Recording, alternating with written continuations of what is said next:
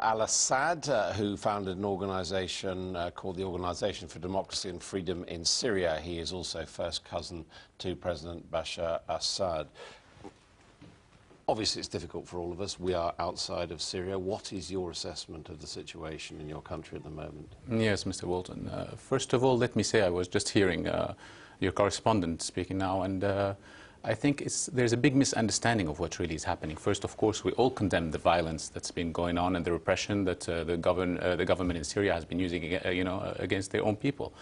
But at the same time, we should not confuse things. The people who are, as we all saw from when the revolution started, or when those people came out against the government in Syria, they were all united, chanting, we are all one people, the Syrian people are one, and we want peaceful demonstrations. And there were people from, all over Syria. They were not only Sunnis or Alawite, they were Sunnis, Alawites, Christians. Everybody was chanting that. The problem is that some people in the secret services and some people in the regime who are not Alawites, they're not all of them Alawites. Yes, the head of the regime is an Alawite, but you have a lot of other people, like the vice president is not an Alawite, like many other generals in the secret services, including Ali Mamlouk and but you wouldn't deny that potentially there is, if you like, a sectarian division which could become aggravated in this very volatile situation. Of course it could, because some people, those people in the regime would like to drag Syria into a sectarian war. Because so that they wouldn't lose their interest, so that they wouldn't be trialed, so that they wouldn't be persecuted for all the things they have done.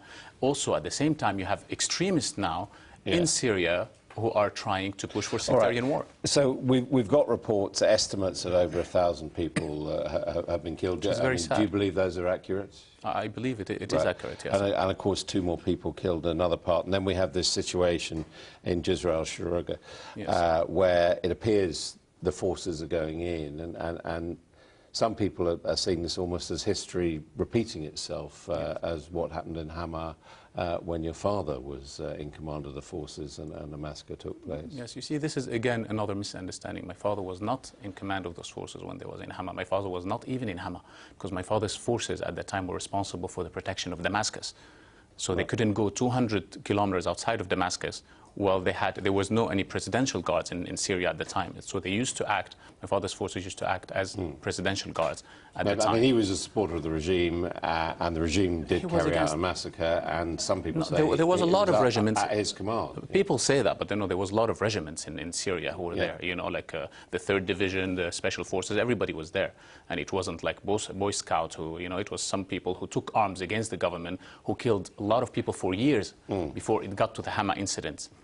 There was the Aleppo Cannon School, for example, where they killed 400 Aleppo, 400 cadets, just for being Alawites. They were killing girls and putting bombs on school buses. Okay, but I mean, it seems now that the Assad family generally, and in particular Bashar Assad and his brother, who is apparently involved in some of the repression now underway, are basically more of a problem than a solution for your country. Is that right? They are a problem because they're not listening to the international community. We want that change to happen, and they have to move towards dialogue right away.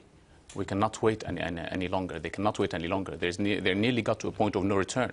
The international community today is very upset about what's, and they cannot wait any longer. They're not going to sit around and watch what's happening. Do you believe that your cousin should step down now?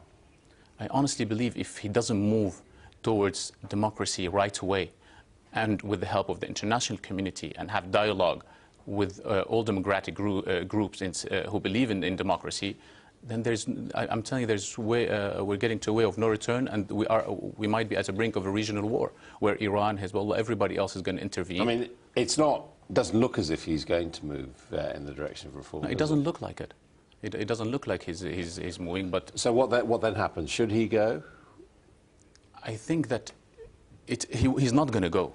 He's not going to go. So while he's there, and his regime is there, the regime is, we have to see the facts on the ground. The regime is there. He's not a one-man person. There's a whole, a clique around him who are all hanging to their interest. And they should right away talk to people, to all democratic groups who really believe in democracy. Because, as I said, you have to see on the other side that you have television channels who are daily, you know, from one of them is from Saudi, another one is from Egypt, you know, and who are daily calling on go kill the Alawites, calling jihad on Alawites, kill those people, kill those infidels. Whoever doesn't go and fight the regime is going to pay the price when we come to power. I mean, this is not what we want. We all are working for democracy. We all want the democracy that you have in Britain, but we don't want a So where do you anymore. think this is going to end, looking at the situation? Honestly, I'm very pessimistic. I think that the region is going towards a disaster. We're going to have, from the way it's looking like, you know, we're going to have a regional war. Unfortunately, if something is not done right away, and if the, you know, the international community doesn't move right away you know, to have a real, genuine, democratic, you know, change in Syria. Ribal Al Assad, thank you very much indeed. Thank you very much, Mr.